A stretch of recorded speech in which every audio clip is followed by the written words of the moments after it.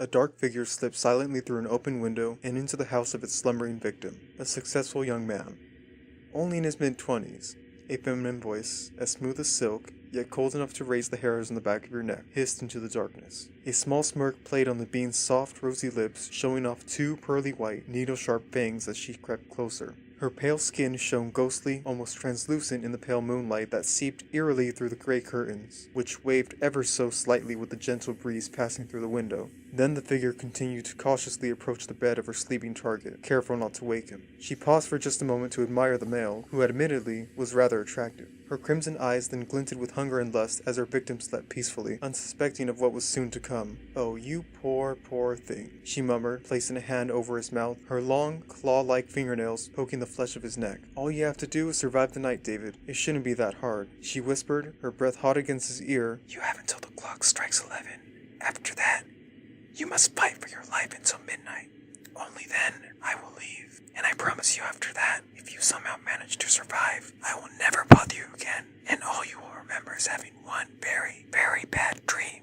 The figure instructed the sleeping man, before slipping under her target's bed, waiting there patiently and watching the digital clock flashing on his nightstand. 10:30. Half an hour left, David. Use your time wisely. David's piercing blue eyes shot open with fear as he thought he heard someone shouting his name. He sat bolt upright, breathing heavily, some of his messy brown locks of hair sticking to his forehead. Then he noticed it was just the beeping of his clock, which was for some reason going off at 11 p.m. Must be broken or something, he mumbled, pressing the snooze button, and frowning as the steady mechanical beep didn't stop. Then he pressed the off button. Still, it didn't stop. Eventually, he took the batteries out, which finally silenced the device.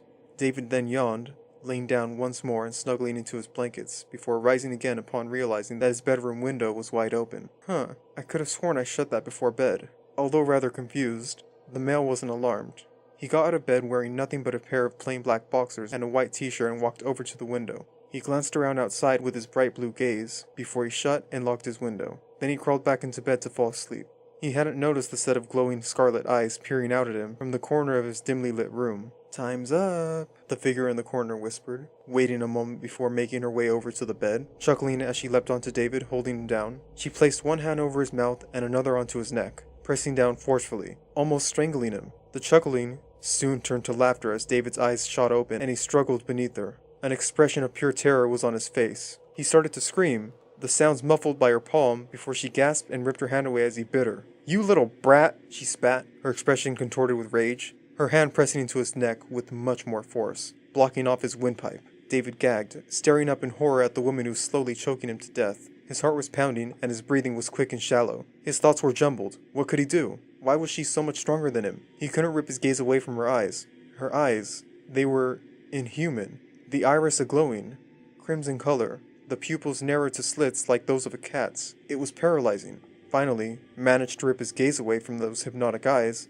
Looking over the rest of his attacker's body while still struggling beneath her, the dim light shining through his window illuminated her long, waist-length raven locks of hair. Her lips were slightly parted in a vicious snarl, showing off a set of long, snake-like fangs where her canine teeth should be. Around her chest, she wore nothing but torn-up, blood-stained bandages. He could see more bandages on her wrist, ankles, and feet, all of them dirtied with blood and grime. On her lower half, she wore black leggings with many stains, rips, and tears in them, and around her waist, she wore a belt that appeared to be holding bottles of various liquids. His gaze flicked to a gruesome scar on the woman's side, as if the flesh had been bitten and torn by some type of wild beast. David's eyes then widened as his vision began to blur. He realized he could no longer breathe at all. The woman had just increased the pressure on his neck, nearly crushing his jugular. Was he going to die here? The male's attacker laughed harder now, before she suddenly plunged her teeth into his neck, ripping it apart in one swift movement, then dropping the bundle of flesh onto his chest. She giggled like a maniac while David choked on his own blood, a look of fear and pain frozen on his tear-stricken face. Hot blood sprayed toward the woman and splattered onto the bandages around her wrists and breasts, staining them with fresh droplets of the warm, scarlet liquid. The gurgling sound the male beneath her made as he tried to scream once more was both repulsing and fascinating to listen to, and the groans of agony he emitted as she used a bottle of hydrofluoric acid, which she kept attached to her belt until now, to melt the skin off his forearm, sent shivers of satisfaction up her spine. She continued to laugh, not caring who may hear her. All that she cared about right now was making this innocent man suffer as long as possible. The woman moved downwards next, dipping her claws into the acid before using them to cut off 3 of David's toes. Then, she retracted them by melting the flesh back together, only to tear them off once again. She giggled at this process of torture, and continued until the skin on his feet was too torn and bloody for her to properly attach his toes once more. By now, David was weakening, almost dead. His attacker, soon-to-be killer, didn't have much more time. A soft growl rumbled in the female's throat as she once again takes out her bottle of hydrofluoric acid, pouring it all on his feet this time and watching the skin bubble and fizz while disintegrating off his bone. Then she moved back up and swiftly pried off a few of his fingernails while giggling insanely at his final scream of pain before his body finally went limp. Her cat-like pupils narrowed to slits once more as she stared down at what was left of the man below her, a small frown spreading across her pale and blood-splattered face when the disfigured body ceased to move. Dead already? What a shame. I'll have to make your pretty little girlfriend suffer longer when she returns so I can have even more fun. While she stifled another giggle, the girl crouched on the bed beside the body and used a small pocket knife to slowly cut open his chest and stomach, which she had left relatively untouched until now. In a very meticulous and careful manner, she started to remove his organs, placing them each into a neat pile beside her before selecting just a few and making yet another pile slightly smaller than the first. The woman smirked down at both bloody piles of muscle and fat on the sheets. Then,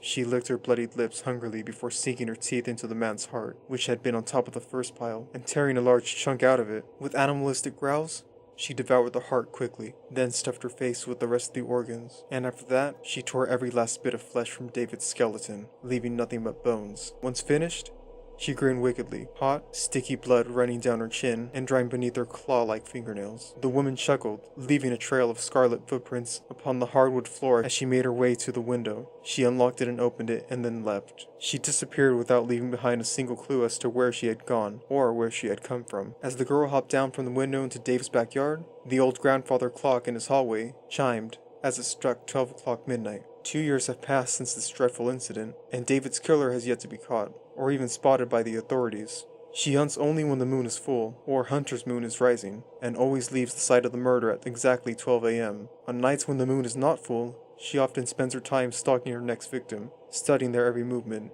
their every breath, memorizing their weaknesses and strengths. Nothing gets past her unwavering crimson gaze. Not much else is known about this elusive girl, but it is believed that her name is Laura Andrea Brooks, and that she is the same girl who disappeared 4 years ago after a failed experiment at a DNA testing facility. By now, she would be around the age of 18, and she is still killing to her heart's content. So be wary, lock your windows, lock your doors, and remember, all you have to do is survive the night.